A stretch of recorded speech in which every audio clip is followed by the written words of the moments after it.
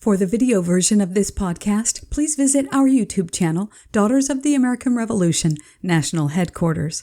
Otherwise, please enjoy this audio podcast on your favorite podcast streaming service.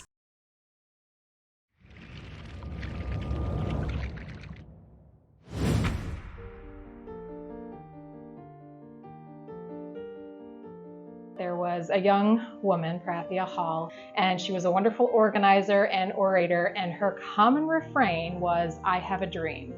And that common refrain was what Martin Luther King picked up on and uses, and of course he's the one that we now know so well for that, but actually it was originally Prathia Hall's refrain that he heard and worked very closely with her and took it and ran with it.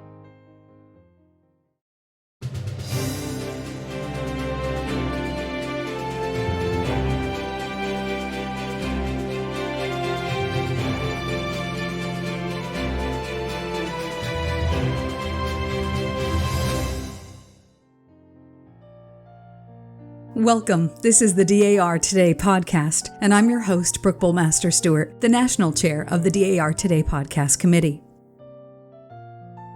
For more than a century, the members of the National Society Daughters of the American Revolution have dedicated themselves to the promotion of education, historical preservation, and the encouragement of patriotic endeavor. In all of what we do, these are the guiding objectives. Does what we're doing promote these aspirations? Well, this month's episode focuses on a committee that covers all three of those. Today, we do a deep dive into the American Heritage Committee.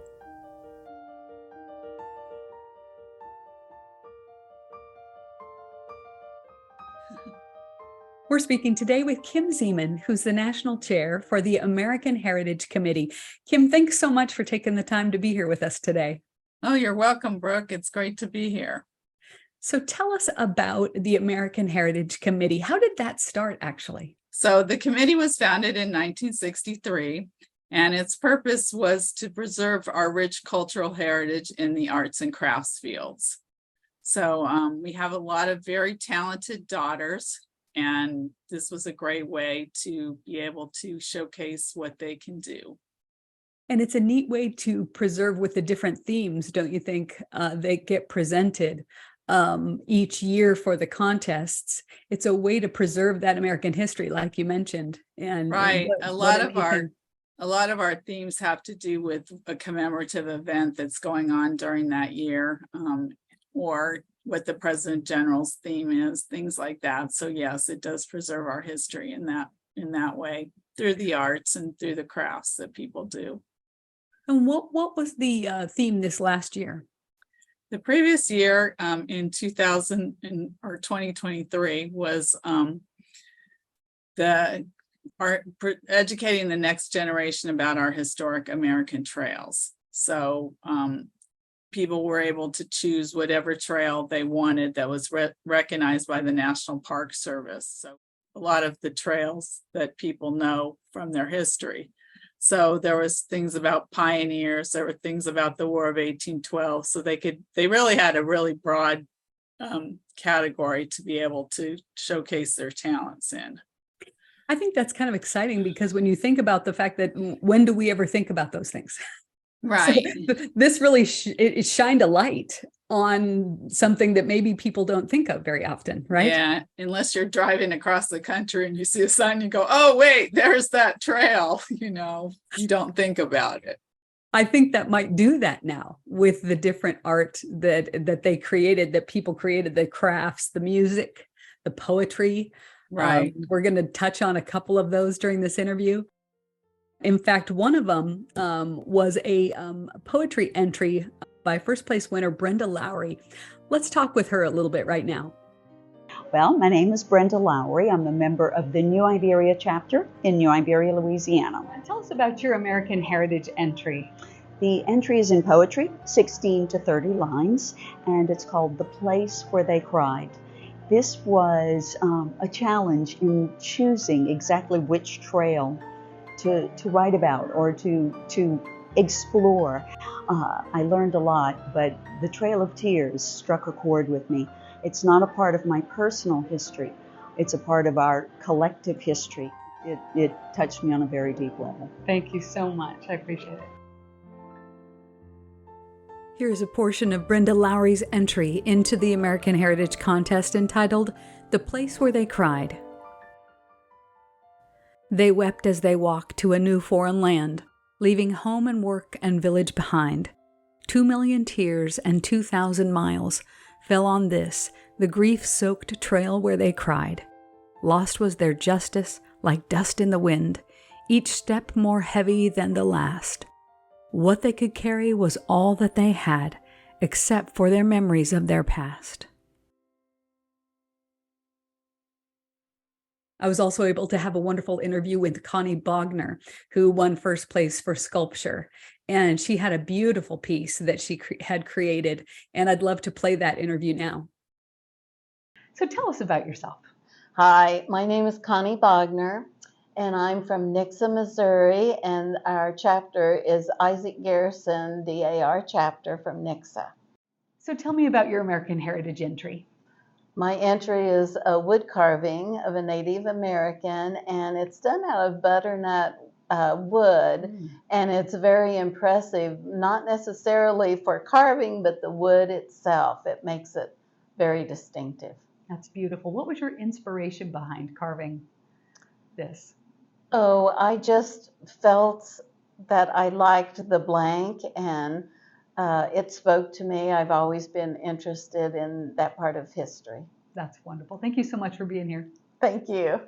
So Kim, tell us about the entries that people can submit. Well, we have quite a few categories, and people can submit entries in any of the categories. They just have to have created their project during the time that they were in DAR. So they could have made it 5 years ago, they could have made it yesterday. So any time that they were in DAR and they created this piece, it can be entered into the contest. This especially is good for quilters because quilts take so long to make. And, they might have created it a while ago, but it wasn't relevant to the theme. So now the theme fits with the quilt that they've made in the past. So they can now submit it. So I think that's a really good thing. Like Connie's interview when she was talking about the fact that she had created that beautiful sculpture, that would be another time-consuming project too, right? Yes. Like Suzanne Steinbach, who won for the historic dress category. Let's talk to her right now. So tell us about yourself. Well, my name is Suzanne Steinbach. I'm from the Wayside Inn chapter in Sudbury, Massachusetts. I entered in the historic dress contest. I've always been a seamstress. I retired from a career as a physician. I was a pediatric pulmonologist, and then 10 years ago retired to take care of my mother and had the time to explore my family history and joined the DAR happily. When I did the training in leadership, the leadership program, I finally understood the American Heritage Contest and thought that the historic dress contest was just an opportunity for me. So this year with historic trails being themes, it was obvious to me that the Oregon Trail would be my choice since my family has crisscrossed the country many times, more or less following that route. And increasingly, with each trip, we've paid more attention to the historic markers along the way. So I did a bit of research. I previously had read a thick book about the Oregon Trail experience. I was quite impressed by the endurance of the settlers. And then I read a little bit more in preparing to make the dress, specifically about two women who were the very first white women to cross the trail. And I believe that was 1836. So that sort of set the period of the dress as in the 1830s. I don't think they were wearing the latest fashions, but probably something they had made themselves, maybe even loomed the fabrics themselves. So I found a pattern for that dress and linen fabric that I had to starch to give it the proper weight, and linen for the bonnet, an essential for the trail. A kerchief wasn't necessary because it has like a veil attached with many, many buttons. All of the concealed seams were done by the machine, but if the seams were visible, I did them by hand. The seam around the waist has tiny pleats that are called gauging, and that was facilitated by the pleats, or the pleats were facilitated by the stripes in the linen fabric. Otherwise, it would have been impossible. That's wonderful. Thank you so much for sharing that with us today. And I'm so glad that you entered that in and we get to see that and experience that. Thank you. My pleasure. So obviously, Suzanne's work with the historic dress would take quite a while as well. I know of a California daughter, Carol Curran, who does porcelain painting, and she was a first place winner for one of her entries. So let's talk to her right now. I'm Carol Curran, and I am a California daughter from the Martin Severance chapter. Wonderful. Tell me about your American Heritage entry. I entered in China painting, and I entered a box, a porcelain box, that is the California Trail, because I'm from California, and it shows all of the 10 states that the California Trail traveled through. And is this a particular passion of yours? Is this what you do for a job, or? No, I just do this for therapy. China painting is a passion of mine. I've been doing it for 25 years, and I like to promote the art of porcelain art through the American Heritage Contest. That's wonderful. Thank you, Carol. So our first President General, Caroline Scott Harrison, liked to do porcelain painting. So that's why it's a category in our contests. It's a tribute to her. That's beautiful. I did not know that. Mm-hmm. And of course, Carol Curran's work was quite extraordinary this past year as well. It always is, actually. She's a very talented artist. I love too that there are even other delicate works that are submitted, like paper dolls and crafts like that, paper crafts. I don't know about you, but I played with paper dolls when I was a child. So I think those are always fun to see what people create in that category. Exactly. We did an interview with Melissa Shaw Block, and I'd love to play that now. Sounds great. Well, my name is Melissa Shaw Block, and I am the chaplain of the Sasebo chapter, units overseas in Japan. Well, my entry was inspired by my ancestors who lived in Maysville, Kentucky, a very lively riverfront town on the Ohio River, and it was a stop on the Lewis and Clark expedition as they headed west to the unknown territory. My fifth great-grandmother, Mary Marshall, was the inspiration for the paper doll itself, and in fact, her fashions and her features are depicted in the project. And I think you put her face from an oil painting, correct, on the doll? An 18th century oil painting. Wonderful. So her face is exactly like my fifth great-grandmother looked at the time. It's an accurate depiction. That's incredible. Thank you so much. Oh, thank you.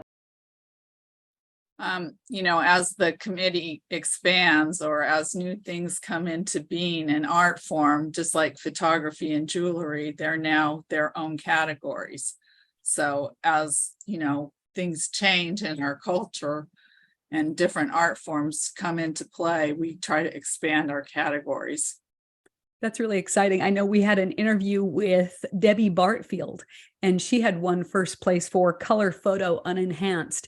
And it's truly remarkable for those who are just listening to the podcast and cannot see the screen.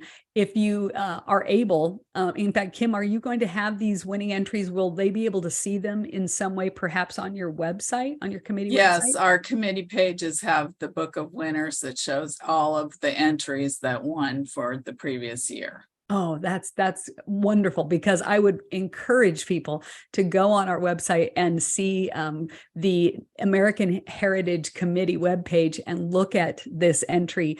Actually, all of the entries, but this one, the thought that it was unenhanced wasn't artificially, the color wasn't saturated in any way. It was just the way the picture was taken. But we had an interview with her during Continental Congress, so we're going to play that now. I'm Debbie Bardfield, and I'm from the Halpatioke chapter, Stewart, Florida. And tell us about your American Heritage entry. My American Heritage entry, I got to thinking of pictures and the national parks we've been to, and I have a favorite photograph that I took, and it's of Mammoth Hot Springs in Yellowstone National Park. And of course, American trails end up at a lot of national parks, which is why I picked that one. And Yellowstone National Park is an amazing park for the young and the old. There's just so much to learn there about our country. And another reason I picked it was because it was Yellowstone's 150th anniversary. And the picture itself it takes your breath away. It was an odd day. It was cloudy, it was crazy, but the picture is just, you remember it. That's wonderful. Thank you so much, Debbie. Thank you. Yeah, all of the entries are truly beautiful, and they're really worth taking a look at. Even if you're not an artist, you can appreciate, what goes into all of this. So literature and drama is also a category, of course, in the American Heritage Committee. And I had the pleasure of speaking with Edna Boyle Lewicki, who submitted and won first place for a short drama. I would love to play her interview now and recite a little bit of her play. My name is Edna Boyle Lewicki. I'm a fairly new member. I live in Silver Spring, Maryland, the Hannah Archer Till chapter. And tell us about your American Heritage entry. So this year it's about the national trails, and I looked to see what they were, and it turns out there's one on the big island of Hawaii. My husband and I were planning a trip to Hawaii anyway, and I said, well, we can stay a couple of extra days and go see this trail, and that's what we did. I'm a playwright, and this is a short drama about two families, one Anglo and one Native Hawaiian, talking the day after the Pearl Harbor attack about what's just happened and what's in store for them as the U.S. enters a war. Thank you so much for sharing. Thank you. The following is a portion of the drama written by Edna Boyle Lewicki entitled Beside the Alaka'akai Trail. The setting: the Big Island of Hawaii. The King's Trail runs in an oval from upstage right to downstage center to upstage left. The trail is a dusty lava footpath made of lava stones. On the upstage side, it is surrounded by a low white wall, also made of stones. Outside, or downstage, the trail is scrub grass and then the beach. Inside is similar grass, palm, and flowering trees, petroglyphs set horizontally on the ground. Upstage, there are two Hawaiian homes. While the rear walls are solid and contain windows and a door in each leading outside, the downstage end of the houses is open so that we can see in. Scene 1. Late night on the Big Island. There is a loud drum beat, and the night marchers march silently along the King's Trail. They are watchful but see no one, and exit opposite. Scene 2. The sun rises, offstage down, Monday, December 8th, 1941. It's just after 7:30 a.m. Mrs. Kahali is in her living room. The Shields family are in theirs. Both families are listening to the radio broadcast of President Franklin Roosevelt's Day of Infamy address to a joint session of Congress. The play begins. Roosevelt: I believe that I interpret the will of Congress and of the people when I assert that we will not only defend ourselves to the utmost, but will make it very certain that this form of treachery shall never again endanger us. Hostilities exist. There is no blinking at the fact that our people, our territory, and our interests are in grave danger. With confidence in our armed forces, with the unbounding determination of our people, we will gain the inevitable triumph, so help us God. I ask that Congress declare that since the unprovoked and dastardly attack by Japan on Sunday, December 7th, 1941, a state of war has existed between the United States and the Japanese Empire. Broadcaster: That appears to be the end of President's speech, asking Congress for a declaration of war. He's conferring with the Vice President and the Speaker of the House. Mrs. Shields and Mrs. Kahali turn off their radios. Mrs. Kahali goes out the door leading to her patio. She stands there, looking down at the trail and off to the beach. Chris: "What does that mean, Mom? Are we at war now?" Mrs. Shields: "It's obvious that the Japanese have declared war on us, so yes, I cannot imagine that Congress will not vote to declare war." Regina: "And what will Dad be doing now?" Mrs. Shields: "He's working at Pearl Harbor. He says the devastation is unbelievable. He doesn't know how long he will be there, but as soon as there's a ship for him, he'll get his orders." Regina: "And then he'll sail into the war?" Mrs. Shields nods and then says, "Come, you two. It's still breakfast time, and I haven't heard that your schools are closed today. You need to get ready." The Shields family begins to busy themselves with their weekday morning preparations. Lights dim in their home. At the Kahale home, the front upstage door opens and Kaylani enters, dressed in her nurse's uniform. Kaylani: "Mama?"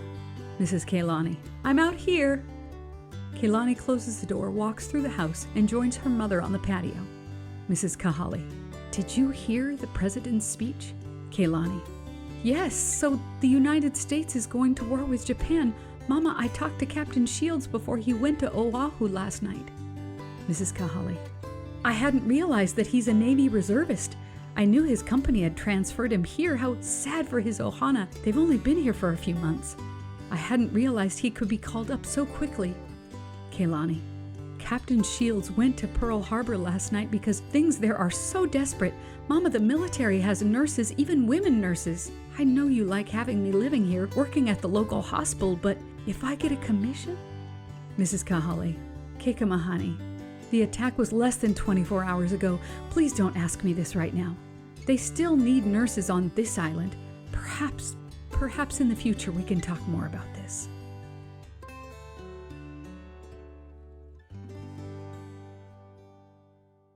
So we've mentioned so many of these different categories. Kim, why don't you tell us about these different categories and how are they judged, honestly? Well, the judging is done by outside judges. So each national vice chair is in charge of her category, and she selects 3 non-DAR judges to do the judging. And if you look on our web pages under the committee's different areas, you'll see what the judging criteria are. So really, I don't have anything to do with any of the judging. That's really up to the national vice chairs and their judges that they get. Well, speaking of your national vice chairs, would you mind mentioning them? Tell us about your national vice chairs. Well, I have quite a lot of them. So let me go through the list with you. So I have 2 national vice chairs who help me with whatever I need. That's Pat Snaffner and Linda Kolar. And then we have national vice chairs for each of the categories. Music is Sue Ellen Adams. Jewelry is Annalisa Lauer Hansing. Annalisa was a previous national chair for the committee. We have literature and drama. That's Pam Dover. Crafts is Margaret Russo. Photography is Patrice Hatcher. She took over from Stephanie Chizez, who had to resign. Fiber arts is R. Ann Keller. And art and sculpture is Cynthia McBride and Carol Lowe. And then we have Vicki Canham, who was in charge of our America 250 quilt. Then we also have Holly Matthews, who does all of our tech support and put together our beautiful book of winners that's on our website. That is a lot of national vice chairs you have with your committee. Now, yes, they do a great job. And I also forgot the Women in the Arts but National Vice Recognition Award, National Vice Chair, Vicki Smith. So I'd love to do a story or a segment about that alone in a different episode of the podcast, if you don't mind. No, that would be great. We'll also interview Vicki, because she can tell you about all the different winners that we've had. That'd be great. We'll have her on. So, of course, every year has a theme for the contest. Can you tell us about this coming up year and tell us the upcoming theme? The theme for 2024 is Celebrating Stars and Stripes Forever in Our Hearts Through the Arts. And then the historic clothing era is the Belle Epoque era in commemoration of the Spanish-American War. That's interesting. Any ideas that you've heard talked about being floated around about how you could do that, or do you just leave that up to each artist to interpret that theme? It's pretty much up to the artist to interpret. I know the ladies have been talking about it. The daughters have been talking about it on the DOC. So if they get on the daughters online community, there's a lot of discussions on our page about how you might incorporate the theme. So that's a good place to get some information. You do have a wonderful presence there on the dock. That's exciting to remind daughters of that. Go look there and see what's being discussed. That'd be great. Yeah, it's great discussion boards. We'd like to close with Julie Ford's interview. We conducted her interview at Continental Congress as well, and she was telling us about her nonfiction short story. And but before we close, I'd just love to say thank you so much, Kim, for being here today and taking the time. It's an incredible thing that your committee is doing, that you get to preserve our American history and in different mediums and different ways in the arts. These ladies are so talented. I can't even tell you. I mean, I sew and I craft, but I cannot do what they do. So I'm just really envious of their talents. And I just really think it's a great way to showcase all of that. The other thing I'd like to tell everyone is, even if you're not a crafter, you can present an American Heritage program in your chapter. There are a lot of those under the Reporter General's website that you can use. So that's a good way to get American Heritage CMR points. And also, if you want to put together some sort of craft project for your chapter to do, that's another good thing that you can do to participate in the committee. Those are wonderful suggestions. Thanks so much for that. And thank you so much again for being here today. Well, thanks for having me. It was great to talk to everyone. I look forward to seeing all your participation in the committee in the future. Thanks. My name is Julie Ford, and I'm the Regent of the Mary Butler Chapter in New Hampshire, and I've been a DAR member for 7 years. And tell us about your American Heritage entry. My entry was in the Literature and Drama Contest for a nonfiction essay, and I wrote it about the women of the National Historical Trails. And was there one bit of what you wrote or found out that was a surprise to you? There were a lot of surprises. The one that really, to this day, months after having written it, that really sticks out to me was that there was a young woman, Prathia Hall, who was involved with the Selma to Montgomery National Historical Trail. And she was a wonderful organizer and orator, and her common refrain was, "I have a dream." And that common refrain was what Martin Luther King picked up on and uses. And of course, he's the one that we now know so well for that. But actually, it was originally Prathia Hall's refrain that he heard and worked very closely with her and took it and ran with it.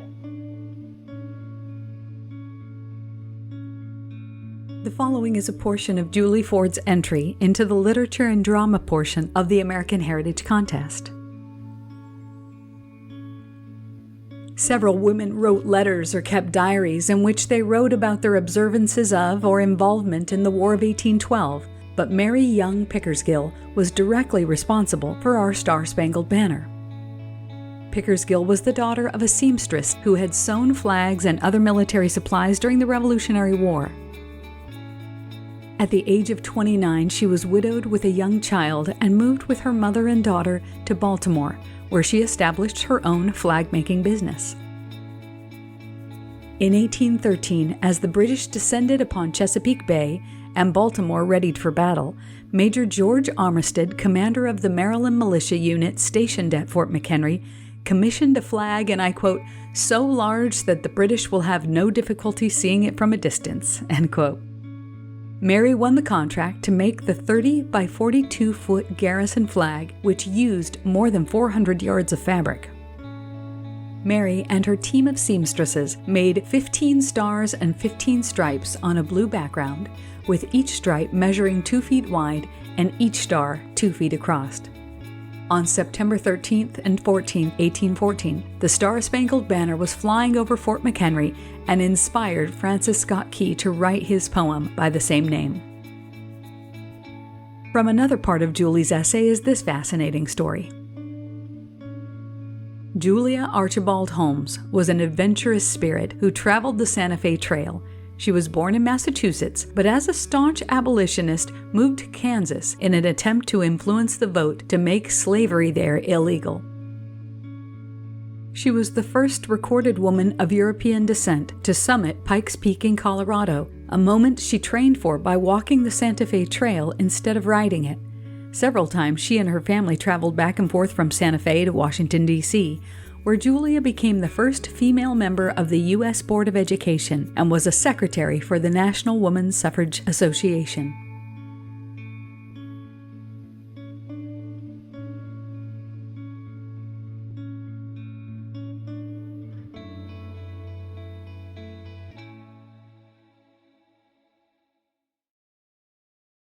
The song underscoring our next segment is the winning entry for instrumental music by Lisa Lang.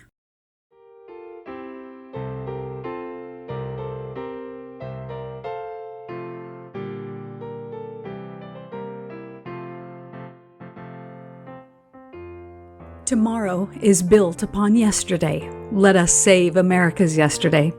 This is a quote from the first American Heritage Committee chair, Mrs. Evelyn Cole Peters, in her inaugural August and September 1963 DAR magazine article.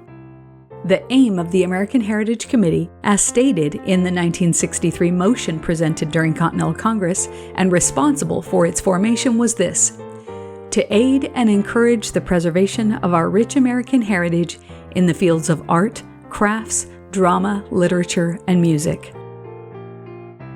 Well, according to Mrs. Peters, the committee would add to previous preservation efforts of the NSDAR with a direct consideration for the arts responsible for the production and perpetuation of American culture.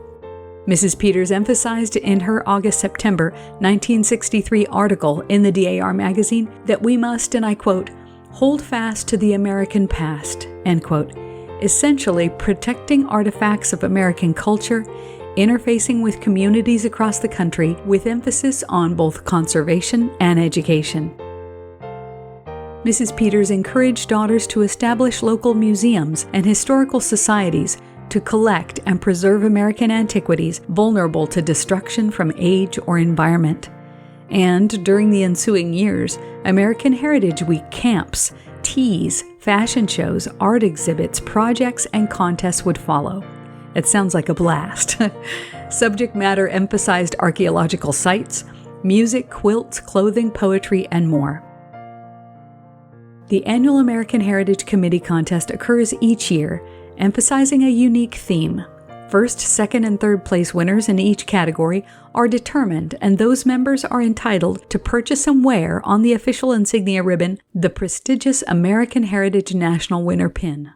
The committee also bestows the Women in the Arts Recognition Award, a non-performance-based art award designed to recognize and honor a woman who has exhibited excellence in her chosen genre. The recipient should demonstrate outstanding contribution to her field beyond mastery in an area to include fiber arts design and creation, fine arts, sculptural design and creation, music composition, literature and drama authorship, artisan design and creation, including but not limited to jewelry, metalwork, decorative painting, and pottery.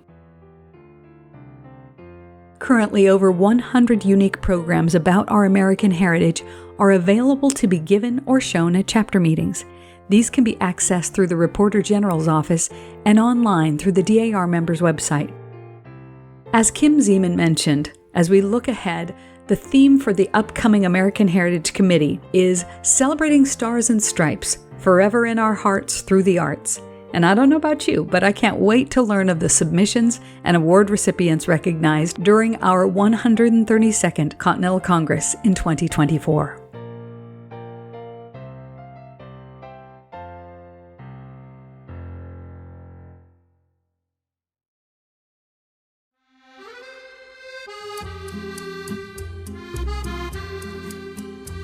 As it's September, we wanted to bring you a quick story about the Marquis de Lafayette, a man born into a very noble family in France in September of 1757.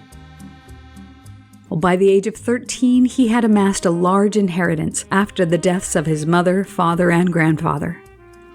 His wealth and prestige afforded him many opportunities in life, including a commission to the rank of sous-lieutenant in the Musketeers at age 14 and a captaincy in the Dragoons at the age of 18.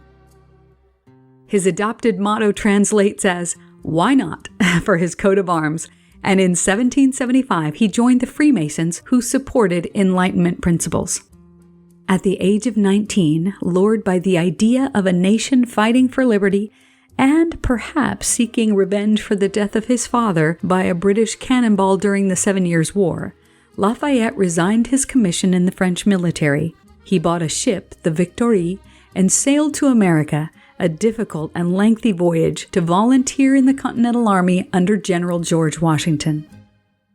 He explained his attraction to the American cause in a letter to his wife, and I quote, "The welfare of America is intimately connected with the happiness of all mankind.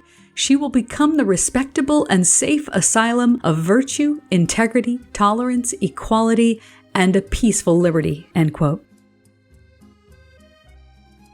Shortly after arriving in America in 1777, the Continental Congress commissioned him a major general, and he became a member of George Washington's staff.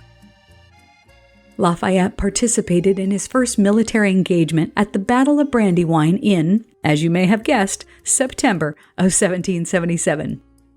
He was shot in the leg early in the battle, but he managed to calmly lead a Patriot retreat. Because of his composure and courage at this moment, Washington commended him for bravery and military ardor in the battle and recommended him to Congress for the command of a division. Washington and Lafayette shared a close companionship over the course of the entire war. In fact, Lafayette spent the harsh winter of 1777 to 78 with Washington and his men at Valley Forge, suffering along with the other Continental soldiers in the frigid, disease-ridden encampment. He helped Washington at his darkest hour when he faced an internal threat from the Conway Cabal, a plot to drive Washington from his command. There's so much more to learn about this fascinating friend to our American cause. We would encourage you to take every opportunity to do so.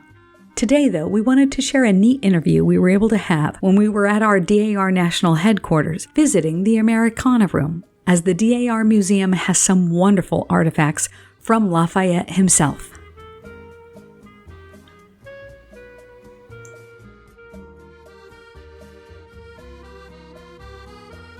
We're here today in this beautiful Americana room talking with Alden and Joy.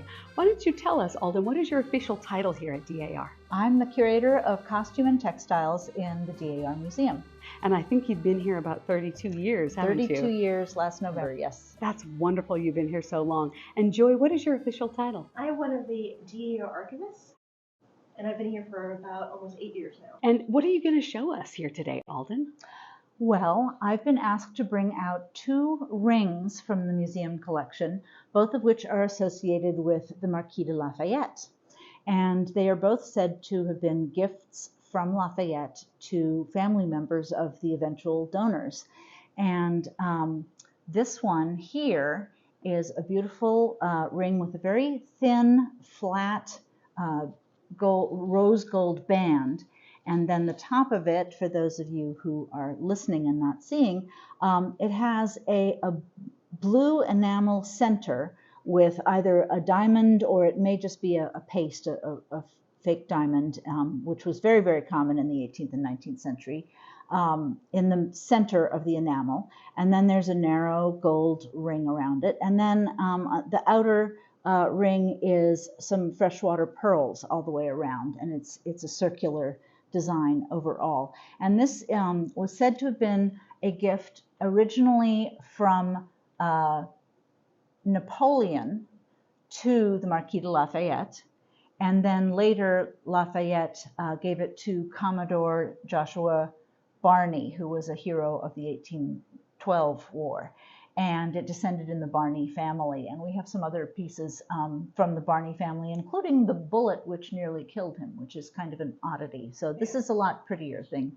And It says in our file that Mount Vernon has an almost identical ring that also was a gift from Lafayette. So this helps sort of strengthen that provenance. I don't know why he had two of them, but that's the story. I have not gotten around to checking with the Mount Vernon curators to get a photo of that, but that's the story associated with that. And that would have come from, this way in his 1824 trip to America. He came and made a great, tour of the United States, and a lot of things in many museums are associated with Lafayette, either because they were said to have been gifts from Lafayette to his hosts, or, for instance, we even have a pair of shoes that was said to have been worn by someone who danced at one of the Lafayette balls. So that kind of thing survives too. But the second ring has a much narrower band. It's large enough that it was clearly worn by a man and not a woman. But it does show signs of being remade and resoldered in some way. It's not the same gold as the medallion is, so it may have had a different form originally. But the ring itself is a very narrow oval, almost an almond shape. And on the inside, it has what I'm guessing may be simply paper, and it has Masonic designs on the top of a hammer and a little tent, I think, and a compass. These are all Masonic images. And then it has a horizontally aligned medallion in the center, inside of which it says, "Love Unite Us," which is also a Masonic motto. So we know that Lafayette was a Mason, as were many of the other founding fathers. So that's kind of interesting that he had this. The story that goes with this is that it was a gift to his hostess at a dinner party in Philadelphia. And we have the name of the hostess. I have not yet been able to find out really who she was, who her husband was. When I look up her husband's name in the Patriot Index, I find soldiers from Virginia. I don't find anybody in Philadelphia. So I don't yet know, whether we can confirm this. But supposedly it was a gift in 1782. He was back here in 1780 to 82. I don't know that Lafayette went around giving little pieces of jewelry to every single lady who invited him over to dinner. Sometimes family history gets a little bit embellished, but yes. So we don't really know. But in any case, that's the story, and it may well be true. And both of these descended in the families to whom Lafayette is said to have given these gifts, and then were given to the museum, both in fairly early years. They both have very early accession numbers, so they have been here for a good long time. That was going to be my question, was how did the DAR acquire them? Was it a member then donated them? I'm pretty sure they were members, yes. But most of our things do come from members in that case, and certainly if these were descended from those families, they probably were members. But it's also true that sometimes I'll look up, especially in the early years, some of our accessions were from people who were not members. And it seems as if a member may have been their friend and may have said, "Oh, you have this wonderful thing with this very early American provenance or this interesting family history attached to it. Maybe you'd like to donate it to the DAR Museum." So things do come to us from non-members, and even today now we sometimes get offers of quilts and other things because we're just a nearby museum, and they know that we are an excellent place to trust their heirlooms with. And these rings can be found in our calendar this year, I believe, correct? That's right. Yes, they're both in the December page. And then the Love Unite Us also makes a little appearance on the inside cover. And Joy, what did you bring for us today? So we brought a gold medal from the Franco American Memorial Committee or Commission. It was made circa 1900. There was a Paris Expo or a World's Fair at the time, and the DAR contributed money towards the building of two statues. One to the General George Washington, and the second one to the General Marquis de Lafayette. And this is a beautiful medal with a red, white, and blue ribbon At the top, it says NSDAR, and it has the French flag and the American flag. And then below, we have a pointed star that has an image of the Lafayette on the inside, and it says that Franco American Memorial Committee, 1900. So President General Mary Manning, who was the 5th President General at the time, was asked to actually represent the U.S. there at the Paris Fair, and she gave a very nice address, and she was there at the unveiling. But she was asked by President McKinley to represent. Do we know this just has always been a part of the collection? So DAR members contributed towards this particular committee, and as a result, we believe that these medals were given or they were purchased by members of this committee to represent and to show their support for this particular project. What a wonderful treasure. Oh, for sure. I bet many of the DAR members today would love to get their hands on something like that. Oh, for sure, for sure. We actually have 4 of these in our collection, so we are very, very lucky to have these. Now, I know that the rings are on display in the study hall you were mentioning, Alden, correct? Mm-hmm. And so members can see that when they walk into that first part of the DAR Museum. Do you have any of these on display? So these aren't currently on display. They are held in the archives, but you can see this medal featured with a lot of other older archival medals on the October page of the DAR calendar. So we're very happy. There are founder medals on that page, as well as some other DAR history medals. Oh, that's great. Thank you so much for letting me invade your little space today. Oh, of course. Anytime. It's a beautiful room. Maybe we can come back and explore some of the other things that you have in this collection. For sure. You guys are welcome anytime. Thank you. There's a neat opportunity coming to DAR members this fall of 2023. There'll be a pin commemorating Lafayette's farewell tour offered by the DAR Insignia Shop. It's a very near representation of the medal that Joy was just talking about. It has the profile of Lafayette in the center in bronze, with a band around that reads DAR, Lafayette's Farewell Tour, 1824 to 1825. Then there are 8 points jutting out like an 8-pointed star or sunburst, and each has a small little bronze orb on the very tip. Just beautiful. I can't wait to get one, and I hope you get one too.